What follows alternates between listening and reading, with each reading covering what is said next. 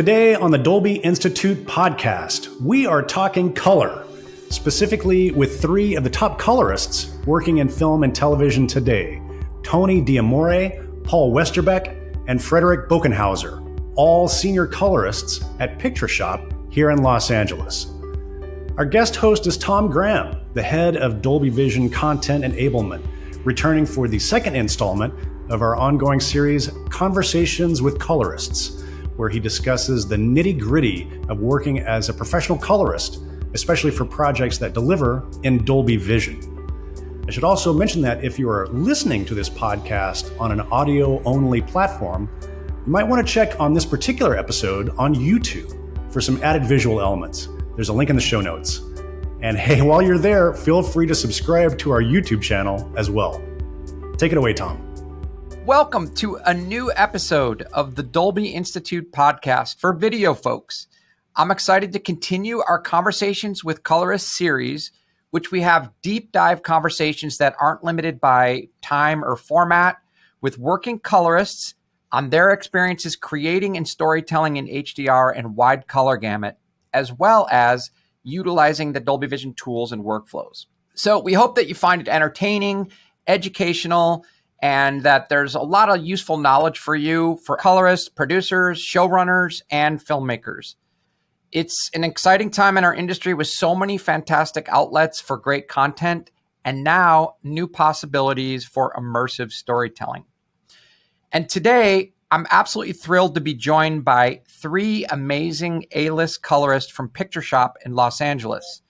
We'll start with Tony D'Amore, who's senior colorist and director of creative workflow. He's worked on shows like Mayans MC, Carnival Row, Fargo, Mrs. Davis on Peacock, and the Daredevil, Jessica Jones, and Luke Cage Marvel series.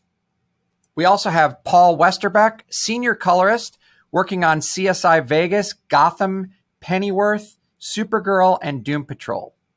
And then we have Freddie Bokenhauser, senior colorist, working on A Beautiful Life, Weathering, Archive 81, Toscana, and Black Summer Season 2. So guys, welcome. Thanks so much for taking the time to join us. Thanks for having us, Tom. Yeah, thanks for having us. Yeah, it's great. I always enjoy meeting with you guys and the conversations we have. Tell us, basically, start with what kind of color correction system are you working on these days, and maybe a recent or fun project that you're working on. Yeah, so I'm coloring on Blackmagic Resolve. Been with before that, I was with, on a DaVinci 888 and the DaVinci, pretty much the 2K. So been with that from the beginning. Current projects, right now working on Fargo. Prior to that, we just wrapped Mrs. Davis and Mayans MC. Yeah, Mrs. Davis is a wild show, Tony, I have to say. It's got to be a lot of fun to work on that one. Yeah, it was actually. The funny thing is I ended up on that project because as they were going through essentially early on in post, we'll say, they realized that it was a bigger fish, and no pun intended if you actually seen the show, but it's a bigger fish than they originally had thought and was really ambitious with visual effects, etc. So a big part of that project was really dialing in the visual effects, and there was a lot of cooks on that one. There's a lot of different looks too, a lot of different scenarios, right? So it's pretty cool.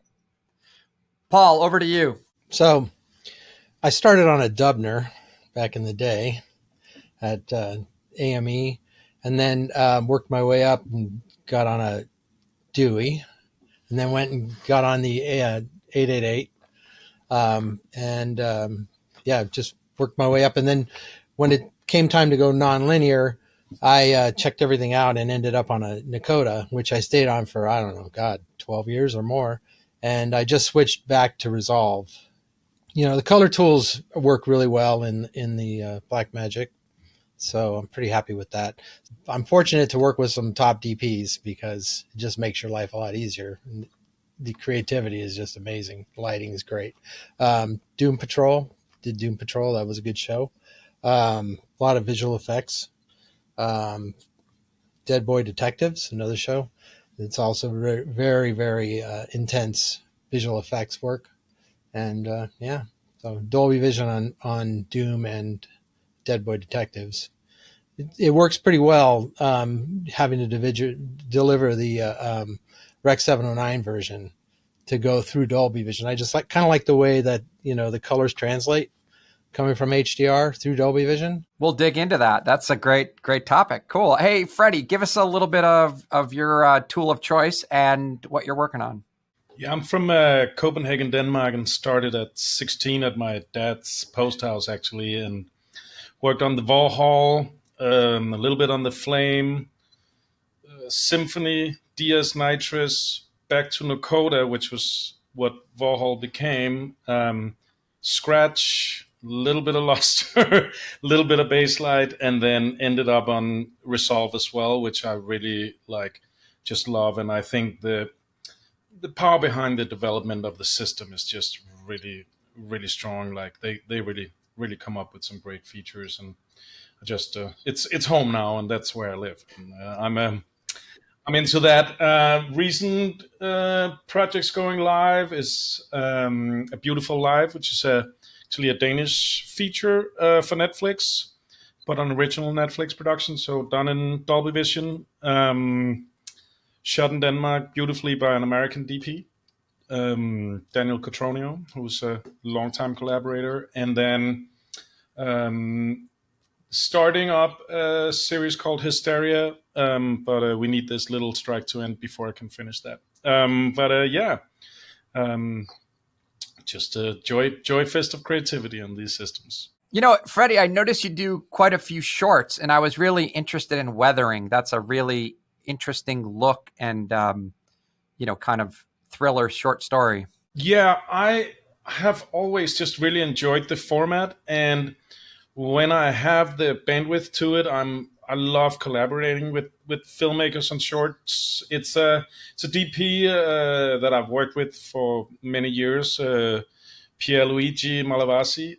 He goes by Gigi, Italian fella who's just mega talented. And he came to me with it and was like, "Hey, can you do this film?" And it's just beautiful. We developed the lot together, and with Dolby Vision in mind the entire time, because it was for Netflix as well. And it's we can dig into it more, but it's one of those shows where Dolby Vision not going super bright, but really utilizing the bandwidth in the shadows, and it was pretty imperative to actually get that look, having Dolby Vision in mind the entire time.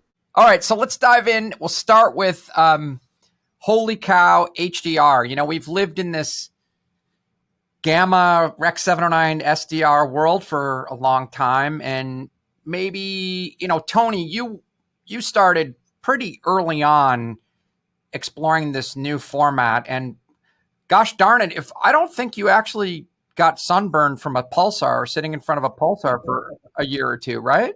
Yeah, it was a little bit of a shock. Like everyone, I've said this before, but like everyone who first works in HDR, I guarantee your first pass, especially on a pulsar at 4,000 nits, your first pass is a throwaway pass. Like that's the pass that, you have to just look at as the learning curve. Because at the time I was doing Marvel's Iron Fist. That was the first Dolby Vision show I did. It was officially Dolby Vision. And they came out of the gate saying that series is going to be different. Everything you've done is so dark for us. We want his story is, as a glowing fist. And so they wanted it to be, a bright series. So I took that quite literally and graded it very bright. And it was one of those things where you normally see some colorists will joke like, hey, you go to lunch and you come back and you're like, holy crap, that's what I colored. Me, it was like I finished the episode, got Marvel to sign off on it, then went back into the room with fresh eyes and was like, oh my gosh, this is going to be too bright. So that said, tamed it down, and like anything, it became, really standard operation for me, grading in HDR, to the point, like anything, like when we started in SDR, my first thing was, doing tape to tape, I did 2.5 Men and Big Bang Theory were like the two big sitcoms I did in the day. And grading in Rec 709 on a multicam show to now jumping forward and doing some pretty big streaming shows that are shot beautifully, very cinematic, and now can capture so much detail, so much more than ever before. I would say the biggest drawback is probably having to then look back, even though the CMU does a great job of mapping, just knowing, like, seeing so much and so much detail and so much of that perceived higher contrast and higher resolution. It's almost a shame, just like in the old days when we had to do when we were doing HD shows, and you'd see the 4:3 crop in SD.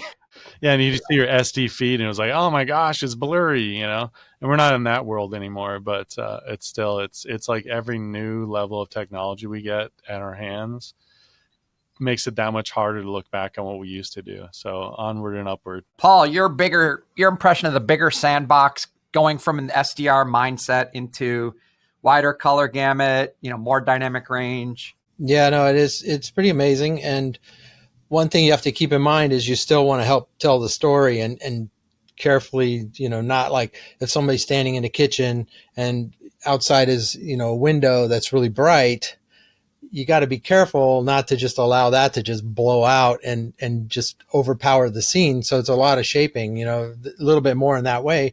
It's, so you want to make sure that people aren't focusing on the window or the gardener outside.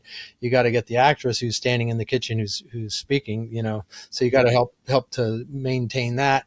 It is great, how much more you can get in the shadows and things like that, and still have great contrast, but then you have more depth. It's, and also like, the detail in lights and stuff where it's just not a flat white, you actually can see filaments and things where, you're careful about that because you don't want to make that become the scene. It's not about, it's not an Edison show where you want to see the lights and wow, look how awesome. That's a sexy light bulb. It's just, it's just an accent. So, that's the challenge, Some people tend to think, I've been in sessions where, afterwards a technical person will come in from a studio and say, oh, well, I think these highlights need to be hitting, 10,000 nits or whatever. And it's like, sometimes that's not necessary, so that's the whole challenge is some people, their take on HDR is just how bright it can get, but it's not, it's just another tool. And our job is just to help control, tame the beast, I guess. I just think it's also yes, I understand if you're standing down at Best Buy and you're seeing all these bright TVs, but that's not the power of it. It's the gamut and the range everywhere. The brightness thing is just like almost like HDR gone wrong, that people talk about, oh, it can be so bright. It's like, yeah, but it doesn't have to. And you just have like everything is a bigger, like, palette to work from. So you can control everything just more refined. And I really do like appreciate that. I don't grade particularly bright. And then like, it's cool if there is a specular going off. Yes, absolutely. But in general, my highlights are not much brighter in HDR than normal, but I still really enjoy working in it because of the whole gamut and the whole range and everywhere in the image. I think you guys already beat me to my next question, which is really HDR doesn't have to be defined by brighter pixels, right? It can be defined by more contrast, but more depth in the shadows and storytelling, leveraging that. So in terms of monitors, what monitor do you guys grade on? Are you 1000 nit is the typical mastering monitor? The Sony X300 is what I'm using at 1000 nits. Now, granted, I'm not grading at 1000 nits. I find that the CMU mapping works better if you can stay just below 1000. The translation is, if you're at like 950 nits, translates to about 100 IRE in Rec 709. So my point being, if you stay at below 950, then you're actually going to avoid clipping in Rec 709. So you can maintain the highlight detail in HDR there, and then also maintain, as long as it was captured in camera, of course, you can maintain the Rec 709 highlight detail as well. If you go above that or clip to above 1,000, then that's where I found that you're also clipping in Rec 709, which often, I mean, I've had DPs that said like, hey, I don't want to see detail there. I don't know if I've ever hit 950. Brad and I have talked about this. Like, he's like, man, your highlights are really bright on this show. And some shows, they really want that, like high key. That show, not to go off topic here, but Miss Davis was a show about AI, and they want it to be bigger than reality. So the look for that show was a little outside of my usual dark drama series I do. And it was like so bright. And in that case, it was, which we can get, you know, maybe a separate subject, but was, we really use HDR for storytelling in that case. Yeah, it's definitely kind of a larger than life storyline, right? It's almost, I don't want to say cartoony or comic book, but it has there's Tony, there's some titles in there that are full screen white. So I don't know what those hit. I'm on an X310 right now because the X300s are hard to come by anymore.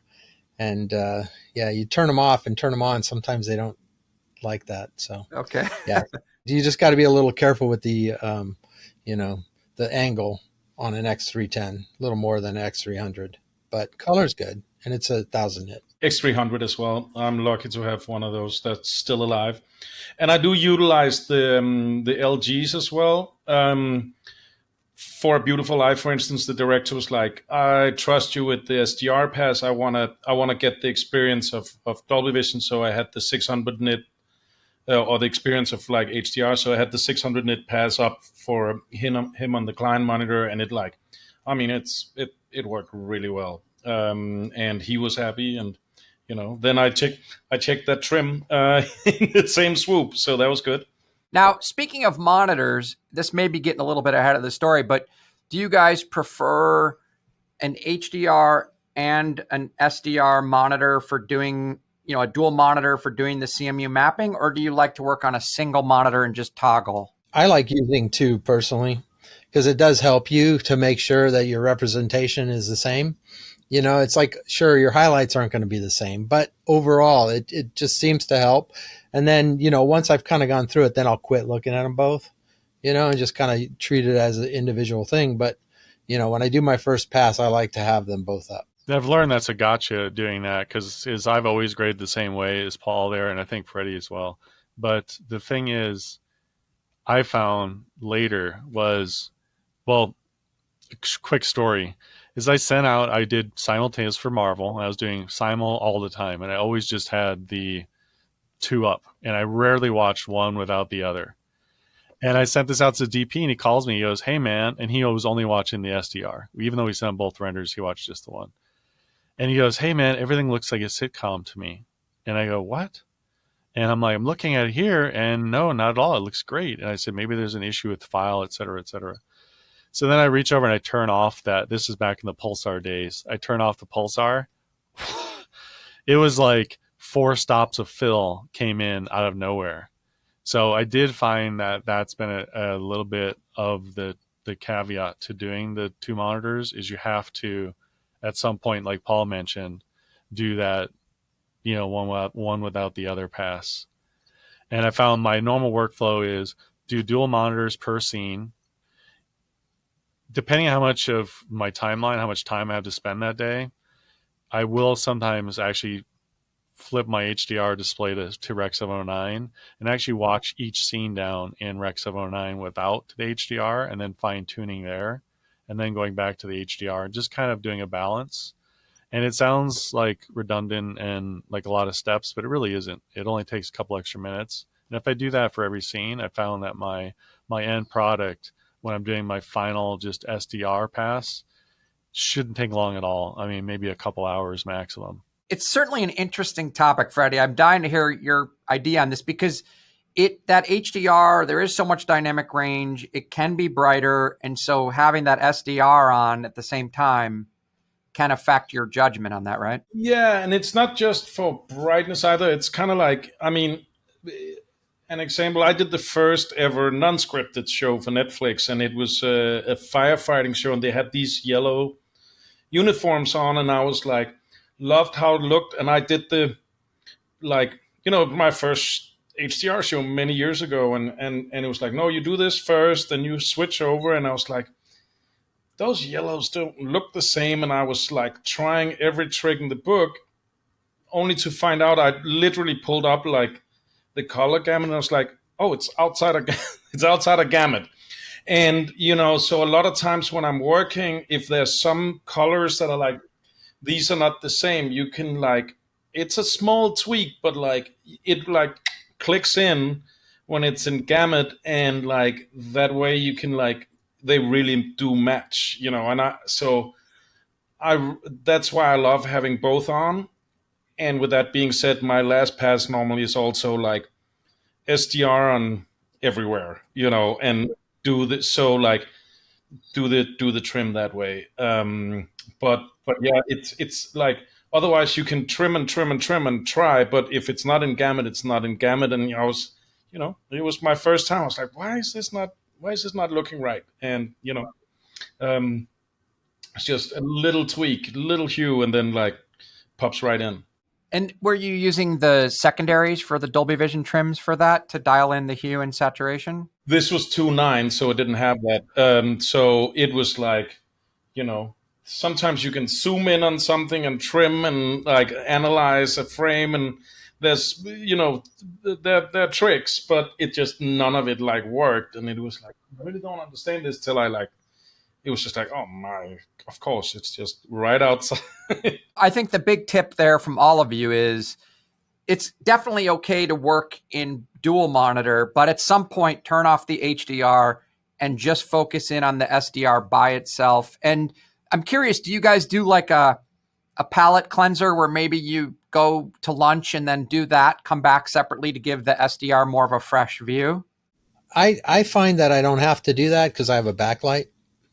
It's proper white, and I've always had that. And, back in the day when I didn't have that, I'd get up, like Tony's saying, walk out of the room, go to dinner or whatever, come back and go, holy shit, what did I do? Because everything's magenta or everything's green or whatever, because your eye can get trained to go that way.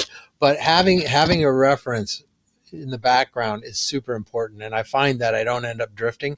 Something you could do for somebody who, finds that is have some frames that, even if they're not related to the show you're working on, that you can switch over to and kind of look at them and go, okay, and then go back, and it just kind of helps pull you back into reality. But yeah, I haven't had that problem for a long time, but I'm getting old, so it's probably one of those things. I don't need the sorbet palette cleanser. I'm okay. It's switching right over. I'm the same way. It's like, you at some point, going back to SDR grading, in Rec 709 and doing telecine is Daly's colors are used to, preserve the highlight and shadow detail. And when you're doing the final grade or the tape to tape back in those days, at least my rule of thumb was, all right, well, there's no way these DPs can capture that many stops of latitude. So I know where his dynamic range is. I can guess at that. So I would just go back to, if they wanted a crush look, I'd crush the blacks a little bit, or else just leave them on the line. And then I'd push the highlights up to the maximum before they clip. And that was like how I set contrast. You cannot grade HDR that way, because if you try and push those highlights right up to clip, because you have a few more stops of latitude there, you're forcing higher contrast images out of what your DP shot. So you basically need to kind of go, and this is what like Paul and Freddie were saying, like either they don't need the palette cleanser because we've done this a while, and so you kind of have a sensibility of like where ratios should be, so if I were to give anyone any advice on that, I think the best advice, what Paul said, is call up a frame that that your client likes and pull that up occasionally as kind of like the bumpers in the lanes, like in bowling. They have the lanes to keep your ball in the lane, like that kind of thing. Like use that, and then you can see if you're going to go outside of creative tastefulness. This is great. Now, I know you guys all work on the 31-inch HDR monitors and your matching SDR realm. How about the client viewing monitor? That's like some sort of calibrated consumer larger panel? Yeah, it's an LG. We have some, I guess, are they the G series? Like the G is the best, the gallery. Some of them are, we have C's, C1s. I think we may still have some 10 series around, but the LG is really great. The LG works really well. It's what I see at home matches what I do here. It's very good. We had a great monitor guy, Bob Wilson, and who retired sadly. Yeah, recently retired, literally the other day. Shout out to Bob. Shout out to Bob. Yeah, Bob's the best. And we use CalMan as well. So that was using the right calibration tools. And then like Paul is saying, that's a great monitor. These LGs are like tried and true. I mean, before I came to Picture Shop, I wasn't using the LG. And when I came here and they showed me my calibrated X300, and then Paul was like, you got to trust Bob. He's great at what he does. And I came in and let him do it. I mean, occasionally, he's an engineer. And so obviously the colorist eye comes into play at some point. But if I would just tell him like, hey, it's a tiny bit cyan, he'd be like, low light or highlight? And I would tell him, and he'd be like, hold on a second, tweak. And man, it would literally look, I mean, these monitors are only a few thousand, and an X300 is like 30,000.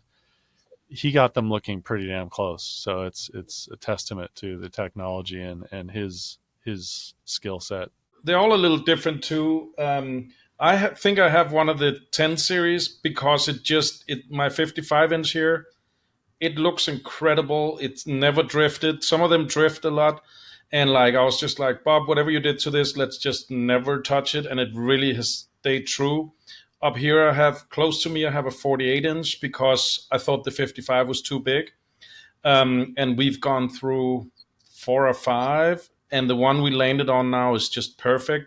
I don't remember the number. It's I'm like the shoemakers' kids always have hole in their shoes. That's like me. I don't remember numbers like that, but looks banging. So that's but it's a 48 inch. And again, for clients, if they want the larger, I feel putting it into the HDR mode and with the 600 nit trim, they look great. Freddie, you jumped right on like a fish on the hook for my next question, which is, so what do you put up on those displays? Do you put up SDR, HDR with some sort of roll-off LUT, or do you use the CMU mapping? What's the philosophy there? Freddie, start with you. I'd say that's up to the client. Sometimes they are cool with you running the HDR and the X300, and then they want to see the trim, and they can go like kind of go back and forth. Some clients don't like that. They want to see the same on every monitor. It's really up to what the client wants. But when I have HDR, I use the 600 nit pass, and it's spot on. I really actually like running it because then you've checked that pass at the same time. So I feel it's a step that a lot of colorists probably miss, which I feel like has created some problems on certain shows. What Freddie just said essentially is, once you've done the 100 nit SDR anchor trim in Dolby Vision and you want the client to review, quote unquote, the HDR consumer experience, switching the CMU target to 600 nits allows you to then map within the range that TV could handle. And it also, as you were saying, Freddie, it allows you to confirm any additional tweaks you might want to make to the target at 600 nits, right? Mm-hmm. Correct. Tony, what is your thoughts on how you would leverage this consumer panel in the color suite? I wish I could tell you that I do, all the checks and balances. A lot of times, honestly, I look at the 1000 nit as the mastering display, and that's as long as I'm safe there, and Dolby hasn't led me wrong yet. It generally tracks pretty well to the others. You might remember back when I was doing Carver Row, we did a demo for Amazon with that exact model, showing the 600 nit is the target, and things track really well as far as mapping goes. That said, I don't think it's a bad practice at all. I think it's actually a really smart practice. I just don't do it. I generally do the HDR, SDR. I show them one and the other. At any point I have done it. It's not like I don't do it. I've done it. generally a lot of times when the clients come in, it's like time is money, and I'm showing them what they have to sign off on. It could be either SDR or HDR on that big screen. Yeah, I generally show them like simultaneous one. And the benefit to the X300 at the time, I was like, oh, this thing's so small, especially compared to the giant Pulsar. But it's kind of good that it's small, because these LGs we have, I mean, I have like a 60-inch monitor in here. So you put that monitor up, and then there's another identical one in the back of the room, like kind of a lounge setup in here. And so it's like the lounge area has this monitor, and then the grading suite area has a monitor, and those two are the same. And those being SDR and being as large as they come off brighter than the HDR is really. So the HDR display no longer is a distraction. So I can pull off doing that simultaneous playback. And when they walk in the room, I just say, hey, up front here is the Sony X300. That's your HDR master. And then the other two displays are SDR. If at any point you want to be wowed by some additional highlight detail or some beautiful skies, take a look at the front one here. And so what I find is, while we're reviewing, when we have a scene that's like spectacular, like a beauty scene or a big wide, gorgeous sunset scene, I watch all the heads shift and look over at the X300, and they're like, wow, that does look pretty good. But for the most part, everyone's attention's really focused on the SDR in this stage. In a lot of ways, they look at it like, oh yeah, the HDR at some point has to be done. It's like it's funny with new technology, always gets a lot of attention. And everyone right away at first was like, HDR, we want to see HDR as a new buzzword in Hollywood. And now it's almost become, and kind of back to what we were talking about, like the learning curve, like grading things bright, etc. If you look at my SDR pass on most projects, because occasionally there is one, like I said, that we kind of push the boundaries. But in most projects, like we're doing Fargo now, if you look at Fargo on my HDR display, other than a little extra highlight latitude, it doesn't look that much different than the SDR. And in my opinion, if you're looking at the two monitors up next to each other and they look different, you're probably doing something wrong. Because unless there's something really bright in the frame, like a flame or a candle or a headlight or something, one shouldn't be that much different or brighter than the other one, really, other than a little extra shadow detail and a little extra highlight detail in the HDR.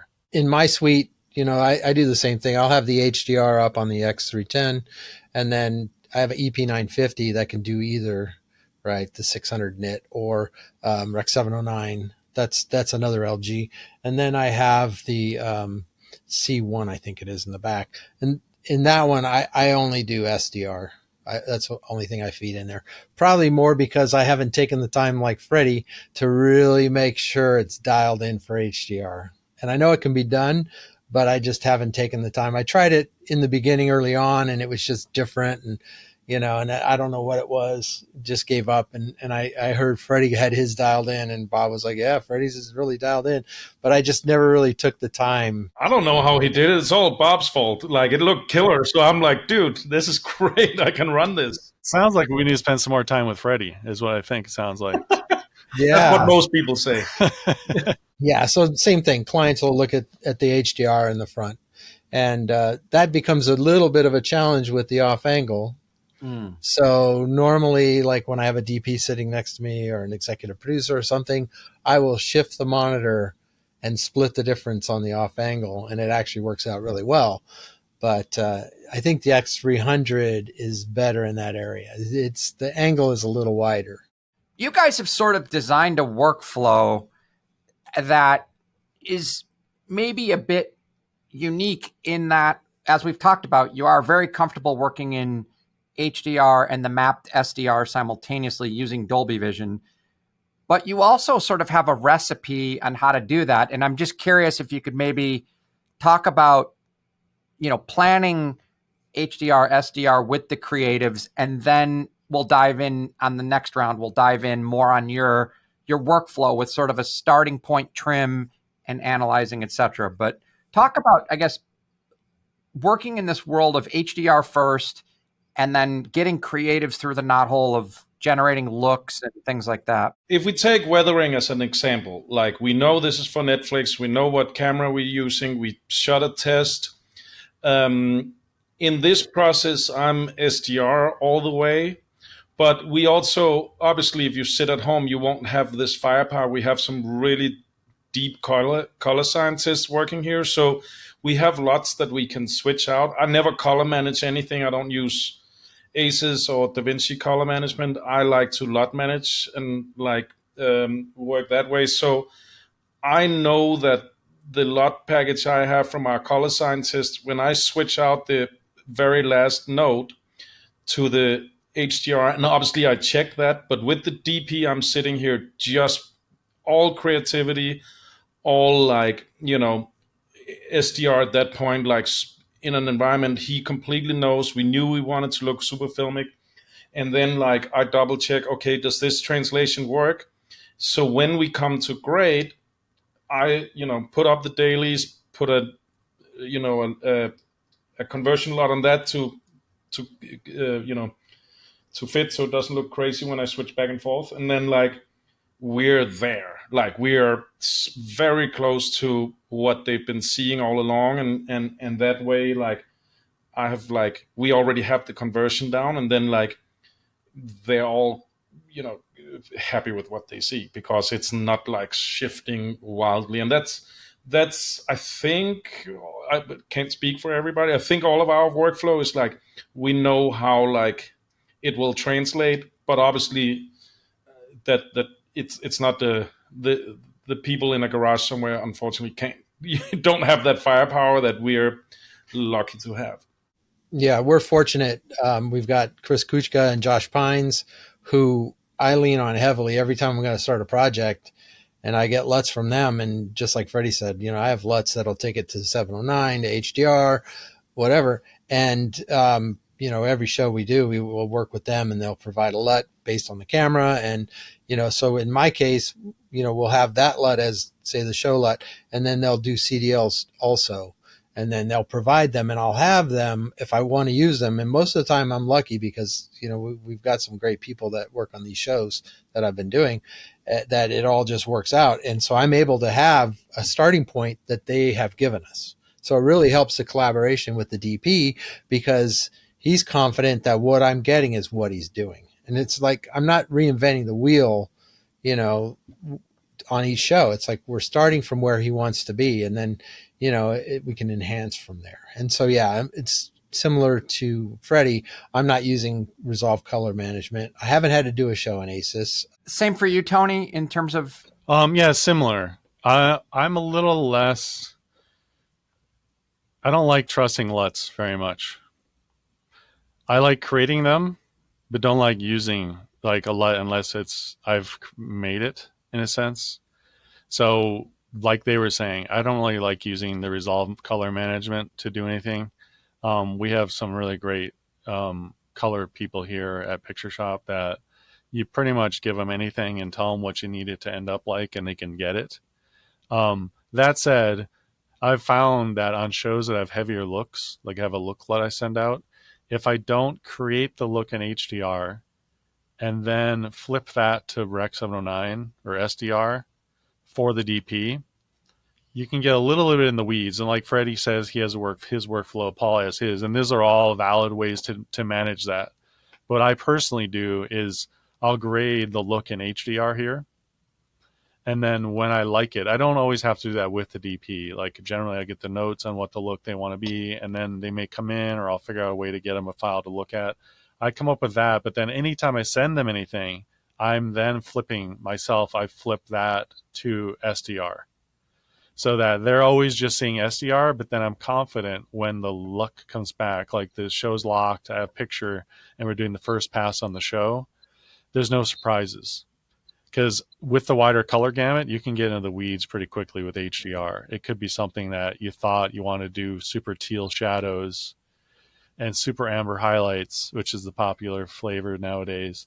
And you've done this the whole time in SDR, and then you go to use your HDR build, and suddenly using that as a look base, because the gamut is so much wider and colors like red and teals become much stronger in HDR, in the wider color gamut, you now have a look that's just different.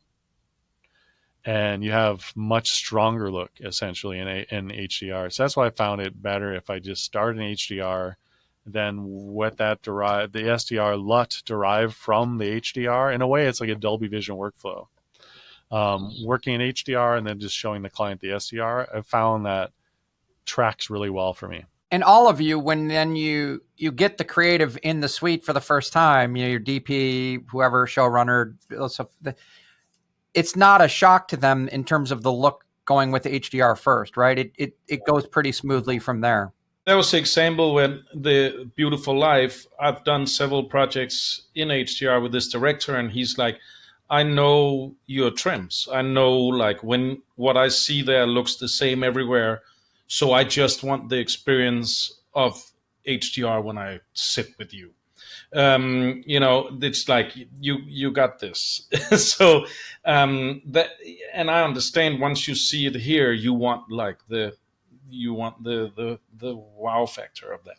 And I think that's really interesting is when you have somebody who's comfortable and done several shows in HDR, they're much more comfortable being is the working point because they can see the detail in the clouds, the blue in the sky. They understand it's the bigger palette to paint your picture with, right? And they want to see that experience. Sorry, you're talking about DP's viewing in HDR? Yeah, just in other words, you get the person in the suite and they've been doing SDR and now their first pass with you. It's not a shock that they see HDR then. Yeah, it's always a mix. Because you get the ones like Freddie was saying that embrace the technology and like, wow, why wouldn't I look at that? It's better. Like, let's look at that. I have had DPs that get a little too the shiny object in the room and they get distracted. So I've actually had it try to deviate from my usual workflow, and I'll actually flip both displays just to SDR. That's so interesting. So it's really, as part of a colorist, it's your world that you have to manage whatever the cards you've been dealt. And in some cases, it may be somebody wants to be really comfortable in HDR, somebody really only wants to be comfortable in SDR, and you've got to manage both of those simultaneously. And that's the word, is managing. Right. You're just guiding them, really. You're not managing, you're guiding them. You're helping them out in the room, to make them feel comfortable with what they're seeing. Most of the time when they come in, what I experience is people are like, wow, this is much clearer because, they're used to looking at the offline or looking at dailies and it's all compressed. So most of the time it's more that than, I think most of the people I work with have been through this a lot. And so they aren't surprised when they come in. They're just happy to see that their images are sharp. You know what I mean? Because they've been looking at this fuzzy image. Or they want to see less pores in the skin or stuff like that too. It's like, can we help this a little bit? Oh, that's true. Now they're seeing all the beauty that needs to be corrected. I've often found myself having, which I find a very useful tool, is just going through the process, because technology, it makes sure you're on set and you're not looking in HDR, and then you come in here and now there's something new. I try to just explain it out.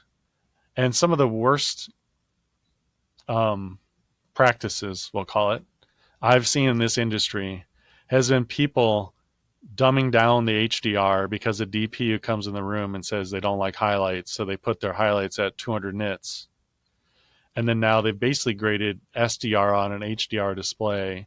And I don't care if you're doing HDR10 dual pass.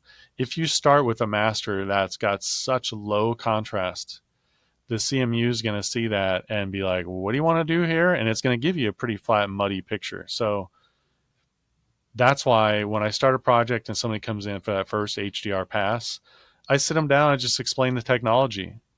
And I'll usually ask, have you done an HDR show before? Have you done Dolby Vision? What's your experience? Get to know them a little bit, if I haven't worked with them before, that is. And then once that happens, say, okay, this is how it goes. We do this HDR pass. It's a wider color gamut. You capture more colors. You capture more dynamic range. It's going to be more than you're used to seeing. So if that bothers you, look at this display here. And I show them that. And I explain that one is derived from the other. And if I take the HDR and make it look all flat and soft the way you want to see it, that's going to track down your SDR. And there's always the whole, I don't know, why would you want to do Dolby Vision then? Because I can do HDR10 and I don't have to deal with that. I can just grade one and then grade the other to my liking. And my answer to that is, then you have two reviews. here we are now, and you can see like what your master is and what one's derived from the other one. And generally I found that after we do that and we look at it a while together, that they end up seeing the benefits of grading and just tuning the full. And if we get to the point where they're just not happy, the bottom line is they're the creatives. They're the ones that have been involved. They're the ones who were in that first table read. I wasn't. And whatever product they want, we do. But at least want them to be aware of what the technology is doing and why it looks that way. But I mean, sometimes you are kind of stuck, between a rock and a hard place. But like, for the most part, like, I tend to be like very much like Tony on the show side, because sometimes when the people come in to the room with us, it's 4, 5, 10 years in the making, and we're there for the last X amount of hours, and it's my finest role to make them leave the bay and be happy with that product. I wasn't there sweating, like eating spaghetti with ketchup for years, trying to get this thing off the ground. So whatever vision they have, I will always have my opinions and show them options, but like, they need to leave really happy with their project. And that's like, I think that's my finest, like, role in this. Like, this is how I envisioned it 10 years ago when I sat down. And sometimes also it's like, hey, I envisioned this. I'm like, that's really cool. I read the script and I saw this, and they would be like, wow, I never thought of it. And we leave with something where all of us came to a different place, and it ended in a place where it's like, wow, none of us really imagined this. It's obviously is when everything goes into like a bigger place. Let's dive in a little bit then about the workflow in navigating that, which is you guys, correct me if I'm wrong, but all of you generally sort of live in both worlds simultaneously, where you are grading the HDR, you're running the Dolby Vision analysis as you're working on a scene, and you have some basic rough trims that you put in that allow you to see SDR mapping simultaneously. Yeah, I do have some trims that I'll put in like as a starting point. And, I usually bring my blacks up to like 0.23 or something, because I don't want to go over 0.25 or 0.25, right? 0.025. And then I open my gamma up a bit, and I'll bring the highlights down a little bit. And then I'll just, that'll be my starting correction, and I'll kind of run through the thing and I'll analyze the whole show. And then I tend to reanalyze a little more than I think a lot of people do, because I'll find if I go in and retrim a scene, I want to make sure, I haven't gone too far and my old analysis is now stale, as it were. And I'll do that. But then, like, I think you guys will agree with this. Once in a while, you'll have a scene where you're doing like some, you have like 3 people in a shot, and there's a window, and now they tighten up a little bit and the window's out. And so then the analysis is totally different. And so now all of a sudden your shot will be dark, or it'll get bright depending on what happens. So in that case, you'll end up like stealing the analysis from, a common shot. So I find I do that a lot, just because I don't want to fight, my analysis is now affecting my trim. And I think that's why it's key to watch the SDR on its own at some point, like we all do, because that's why it's bad advice to like, I don't like seeing it where I have colors. I've heard that we've done just HDR. That's all they care about. I believe that SDR pass, even if, keeping in mind like Freddie's, scenario where he's looking at the 600 nit pass, nobody's seeing that 1000 nit pass. That's a mastering pass that gets archived.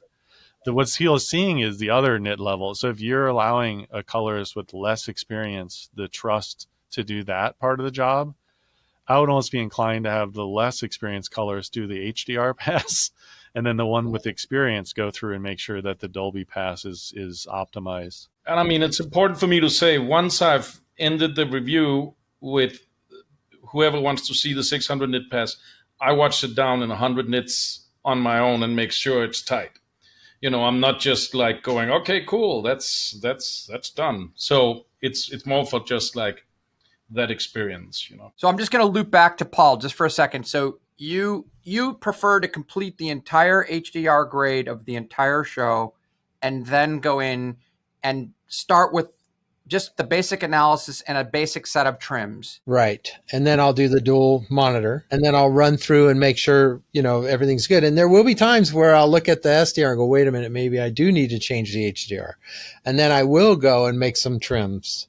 It's not all the time. You kind of get the idea of where things fall, but it does happen. So that's where, maybe in Tony's scenario, who knows which is faster, doing it scene by scene or running through the whole thing. I don't know, but I tend to like to just go through and get it done. And I'll tell you though, honestly, even though I make it seem like, oh yeah, there's this one scene at a time. Here's the thing. I've done this a while now. I've come to trust the process of the mapping from Dolby, to where I kind of know where it's going to look good, where the HDR is going to track. Like I said earlier, if I keep it like below 1,000 nits and I'm not crushing anything or doing anything too weird, once I analyze, it maps pretty damn close. So I could generally like grade a scene in HDR and then do a quick analysis, check out the SDR, run through, maybe make some tweaks. But for the most part, that first grade, that HDR grade, is my master grade. So in a way, I'm kind of doing what Paul's doing. I just sort of pause for a sec and check as I go. It's kind of 6 one, half a dozen another, really, because the bottom line is we're both checking our SDR. It's just at what point are you doing it, right? You're getting through a scene and you go back and do it. And with me, I'm going through the whole thing. I mean, Paul's done this for many, many years. I mean, Paul's done this as long as I have, if not longer. And it's something that with experience comes, confidence, So he can go through a whole HDR show and not worry about mapping it, because most likely it's going to be totally fine in the end. What I don't recommend is somebody without experience trying to grade a whole project with the director or DP, top to bottom in HDR, blasting it or making it flat for that matter. You get somebody in there who's like, oh, hey, like I was saying earlier, oh, I hate the highlights, hammer them down. Now you've just mucked up your whole HDR grade. And it's not until after you analyze the whole thing to realize that you've made a huge mistake. And then you have to call a DP back and bring him in and explain why you're going to have to regrade because the mapping isn't going to work. So much better advice, unless you're really experienced. I highly recommend, at least in the first, if you have the DP in with you when you're setting those looks, do a couple scenes, analyze, show them both. Make sure you guys are fully committed to that look before you do a whole project, because you're just going to find that either you get lucky and they love it, or maybe they don't know. I mean, this is a lot of technology. This is something that we all take for granted, is that I do this for a living. I grade, I come in the morning, I start coloring. When the busy times of the season, when there isn't a strike happening, it might be that I'm here 12 hours a day. I'm doing this day in and day out for many years. As the DP has been on set lighting day in and day out, working their ass off in the trenches doing their job. So when they come in here, I think we have to understand that this is what I'm an expert at. That's what he's an expert at. So that's why we have to be careful that allowing, even though there is that creative process, it's a really slippery slope, because you have to, and I only say this in the HDR, SDR, Dolby Vision world, until everyone fully understands the technology, you just have to be careful allowing the creative ambitions of the project to outweigh protecting yourself technically, I guess. Just to sort of summarize then, maybe a mini version of that is, you do recommend maybe taking off smaller bite-sized chunks of maybe just a scene or two in HDR, and then running the analysis and looking at the SDR results, and then making any tweaks before you get too far down the road. In the case of Paul, again, a lot of his clients that he's mentioning, like you said, he's worked with for many years. They have a shorthand already. But I do get nervous when you have a new DP that you haven't worked with and they come in the room. You want to impress them. You want to show them what you can do. You want to, then you're hearing their vision, and you can quickly get in the weeds with your HDR grade if you're not like being conscious of, the back end. Yeah, and I think the final point I forgot to add, Tony, was exactly what you said, is both of you have tremendous amount of years of experience under your belt, knowing how the HDR and the SDR are going to blend and live together. I too have many years of experience, but I do the same thing as Tony. I tend to grade a scene, analyze, double check that we're good, move on to the next scene. So, I mean, I do like working pretty linear, but I just like stop and trim. It's also good while it analyzes, you can grab another cup of coffee or whatever. Like, so I kind of do that simultaneously. And then I actually, unlike Tony, I do save with the trims in there. So when you find a similar scene and use the still, it will have that information. You just need to like reanalyze, and you should be pretty close. So for similar shots, obviously. So like I mean I find that's great, but and then I normally like will reanalyze again anyways. If there's VFX drop-ins or the many things happen, so that's kind of my workflow. And I do steal, like Paul said. I think it can be really useful to steal an analysis. I wouldn't recommend just stealing it for but if there's a shot you go like, wow, they took a window out in the VFX or whatever, here we go, and it will fall back. Paul's example was perfect in the sense that you have a wide shot of all the actors and the bright windows in there, and you push in and you don't have the window, the balance is going to be different. And so stealing L1 from one or the other, the analysis is probably not a bad move. It's going to speed up your going. But I have heard all of you say categorically that basically what Paul said, if you are changing the HDR pixels enough, you do reanalyze as a general practice. So as you're tweaking the HDR, you are constantly updating the analysis unless you've purposely copied it from somewhere else to fix a certain thing. Right. And that's the rub. You got to really be careful because, okay, did I do that on this shot? So you got to be really mindful and try to keep track and of doing that, because it doesn't show you, hey, you stole the analysis from the last shot. So you got to be super careful with that. But yeah, it's a valuable tool. Yeah, it's like they say with a job has to be color memory. It was always like, oh yeah, where was I in that shot? And that is a big part of this role, is having a good sense of color memory. But I found with this technology is also having a little bit of a memory of like what you did workflow wise. Like, did I have a challenge? Oh yeah, there's that scene where we pushed in and the window is out and my analysis is different for that shot on L1.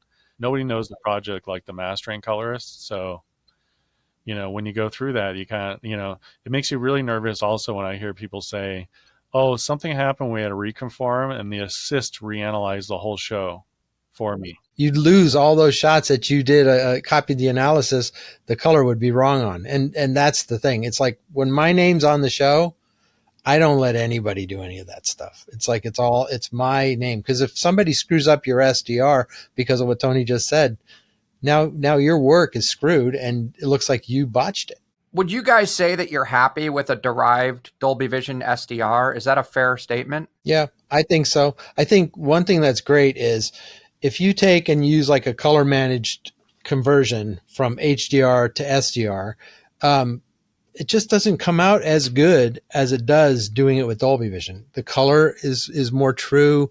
It's just, the highlights roll off a little better. I don't know. It's really nice actually the way it does it. Yeah, I've tested just grading a shot on its own in SDR and then done the Dolby process and allow the CMU to do it. And actually what I end up having to do is I would literally have to add a highlight key to the SDR on the test, the separate SDR grade, where the CMU actually mapped those highlights on their own. So it saves you, in some ways it actually will save you a step because it does a better job at maintaining that dynamic range on the CMU for the SDR grade than you just trying to do it on your own. So that's really one of the benefits, I think, the biggest benefits of grading in Dolby Vision. Some people, here's the thing. Over the years, there's been a lot of new technology. And every one of them, I mean, I'm, like I said, not to totally date myself, but if you go on, like Paul was saying, the Dubner days, like there was a time where, you're just grading and all you had to worry about was the simplistic process of just, coming up with an image. And then as the years go by, it's like more and more you get into, the complexities of doing our job. It's not as simple as just doing a grade and hitting a button. And if you're treating it like that, then you're probably doing something wrong. It's a matter of really understanding what you're doing, understanding what the CMU is doing. And then once you understand that, it's actually really easy. And in the end, your product ends up being better than it ever was. Until you understand it, and if you're just jumping into doing Dolby Vision for the first time, you might have some challenges. And I've heard colorists say like, "Hey, I'm giving up on it," or "It just didn't work for me," or they have gripes about shots throughout a scene not matching anymore when they did on the HDR grade. It just means you have to learn the process a little bit more and kind of go with those pitfalls and learn to adapt to that.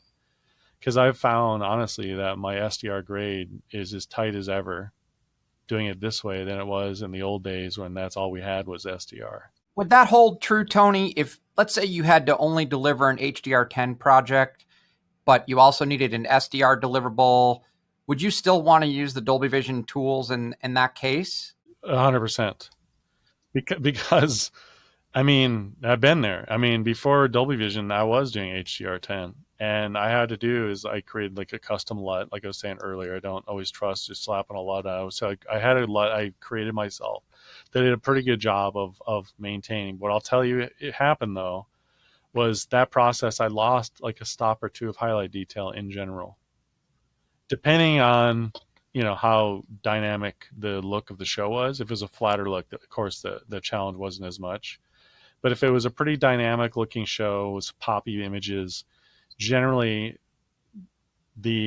even the HDR10 pipeline where you're creating a 600 nit average grade where it does the lowest and the brightest and finds that average 600 nit,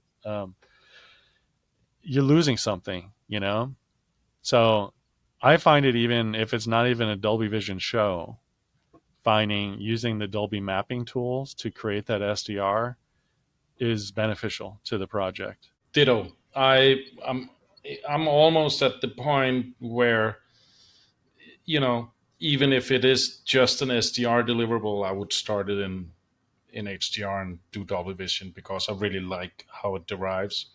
There is some time issues to that, so we can't quite do it yet, but I really like the end result. And I know one of the new things is the cinema trim, and we use that for A Beautiful Life. And like, unfortunately, I couldn't fly to the premiere in Denmark, but like, reports back from DP and director was just like, dude, spot on. I mean, obviously, I looked at it here, but like in LA, but like they were sitting there at like a 1,200 seat theater in Copenhagen, and everybody was just like blown away, and like they were like, this looks exactly the same, which is a really awesome extra tool, because that was a little bit of an issue like prior to having that, and I'm loving it. Thank you, Dolby, for making our lives easier.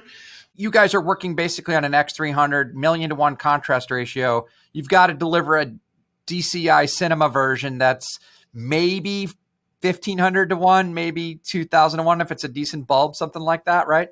So this, just like we have the home mapping to SDR Rec 709, you could do the cinema trims, basically taking that analysis and then trim and render out a deliverable. And you're saying that worked really well. Super impressed. Yeah, it was great. Yeah, I've seen it. We did it like more of a test when it works great for a lot of show premieres. You'll be limited to whatever theater that they rented or whatever. And in the past, yeah, and that like Freddie was saying, in the past we'd have to trust that what we were doing. In a lot of ways, people just were like, you know what, it's not going to be as good as was in the room, but we had our dream, we lived our dream. And the rest of the audience may not be as important, for the screener. It's a lot of actors and stuff, and they just won't see the glory because they didn't pay for the room with you in the initial grade. But that changes, being able to do this, because it's something that you can set your target and execute, see it right there in the room, really, and map it, And so what we did with you for it was In From the Cold for Netflix. it looked fantastic. I mean, honestly, like Freddie was saying, looked just like the grade here. How do you guys feel then? Some colorists will say, "Oh, I don't watch my stuff on TV. I've already watched the show." But I mean, how do you guys feel about the Dolby Vision consumer experience then? Your stuff translating to an iPhone 14 or a LG home TV? I've been happy with it. Things I see at home look like what I see here. And again, I'm on an LG at home. I remember on Fire Chasers, which was the first ever unscripted show for Netflix, first HDR show I did, and I was just like, hopefully this works. It was great in the bay, and the trim looked right. I think we're good. It's, and my wife had a TV at the time she had gotten from FedEx Points, so let's just say it wasn't the highest grade. And I was like, all right, let me just try here first, because this can only be like the biggest bummer. And like turned it on, and I was like, play, and I was like, it works. Like, and it just like looked incredible. And since, I always check it on everything when I get a show. I do have some kind of Dolby Vision TV at home. I don't know, it's the Sony something. But it really is like, it looks like it does in the bay. It's pretty impressive, and it's, especially like the iPads, the phones, like you can even like hold it up to the X300, and you're like, all right, cool. Yeah, that's how it looks. And it's very reassuring, and it's just, it's awesome. I had a DP on Toscana who was like used to doing SDR projects only with Danish colorists, I assume, or whatever. And he was like, he called me after it went live, and he's like, Freddie, how is it that this project looks the same everywhere? I've never tried that before. And I was like, well, it's a, power of Dolby Vision, and, modesty also, how to use it. And he was like, I've never seen a project look similar across every platform. I'm like, well, so there you go. So I wish I could join the club and say that, hey, I got this bitchin' display at home that's, Dolby ready and whatnot. I'm still using a plasma. Wow. And I will say, wow. And I will say, to the testament of what Freddie was saying, my shows that I grade here, even on the glass here, OLED and these type of displays, it still holds up on a plasma. It actually looks fantastic. It adds like that extra bit of soft in the black, where you get a little less of that stair-step black that you get from an OLED display. You get that rich plasma, deep plasma black. Looks fantastic. So here's the thing. For me, like we used to say in the old days too, like just SDR, you graded on like a professional Sony mastering display, and you'd go home on your crap, whatever, $200, Best Buy special. And you couldn't, even if you dug deep into your pockets and bought the best monitor you could buy, SDR never looked good at home. Didn't. At least if you compared it to like a professional display. And what's happened is, as technology got better and better, the consumer displays got better and better. And in my opinion, we maxed out on the plasmas. I still don't think that there's a home display that looks absolutely like that fantastic. I don't think your plasma is going to last much longer, Tony. And I think that's why Tony's so jaded, is he's looking at an old plasma that has all that noise in the black. Well, no, that's the funny part about it, is because I know that day's coming, and I have my displays here at work. So basically I've gotten to the point where I trust what I'm seeing here. I have, this technically it's a prosumer the LGs were using. And so really I'm seeing that, like what I would see at home. I feel like I'm still waiting for that next step in technology where and maybe Paul can lead me in the right direction. I think we're going to start a GoFundMe page, or something's going to happen here for Tony. Yeah, somebody's got to help Tony out. He's going to go drive his Yugo to go pick up a new TV. Okay, so first of all, I want to say you guys are amazing. This has been a ton of fun, but we'll go around the room one time. Any sort of topics or final points that you think are worth, it could be advice for a first-time filmmaker, or, a colorist embarking on HDR. It just could be your general impressions about Dolby Vision or where we're headed, anything. Well, I kind of touched on it earlier, like I was saying, is just if you're an experienced filmmaker, have an open mind. And I'll say that same thing to an experienced colorist.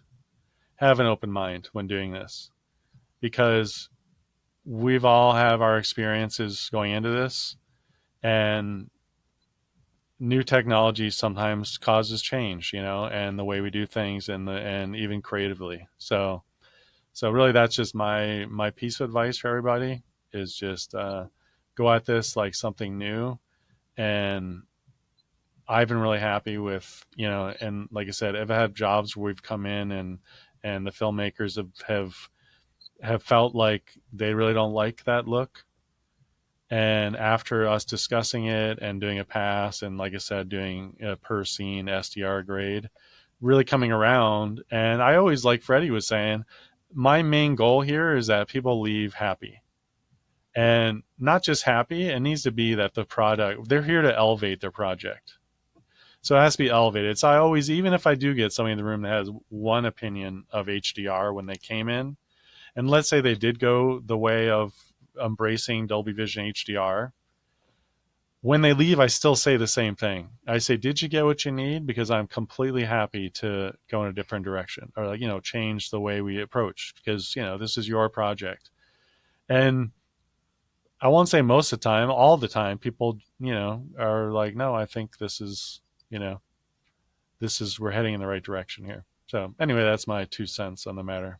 I would say, just remember, you're still telling a story. Just because it's HDR and you have all this range doesn't mean you have to always, brighten up the show so you can see inside.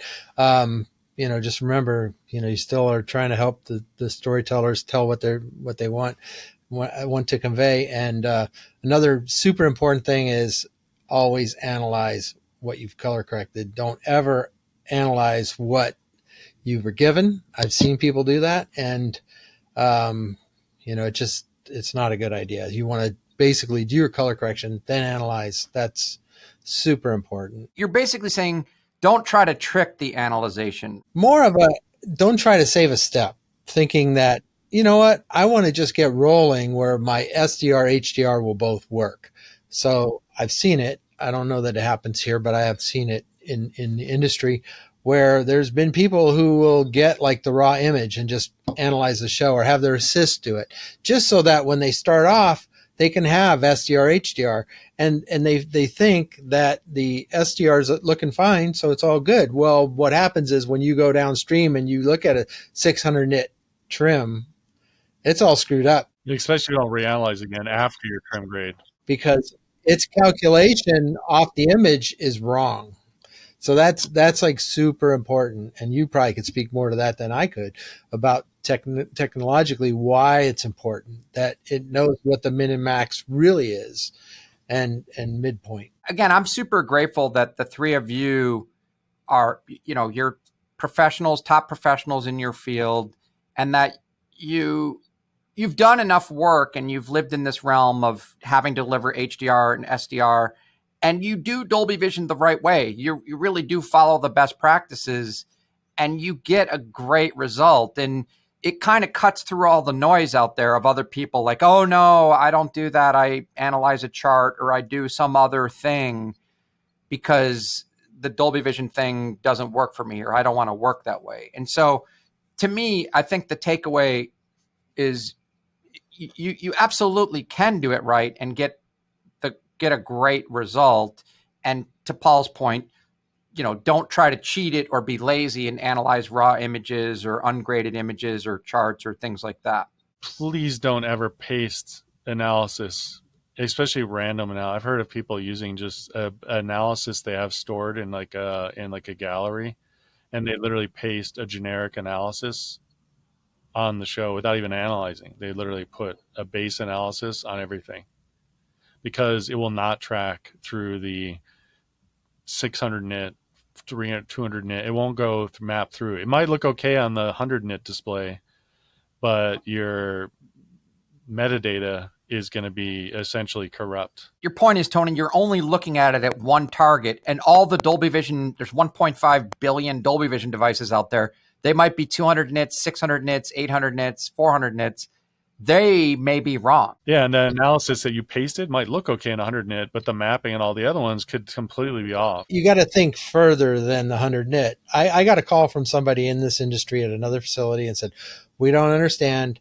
As soon as we look at the Dolby Vision pass in 600 nit, the image gets screwed up. And I said, well, double check that the analysis was right. And the person said, what? Are you kidding me? What do you mean? And I said, well, it's up to us to make sure it's right. Check it.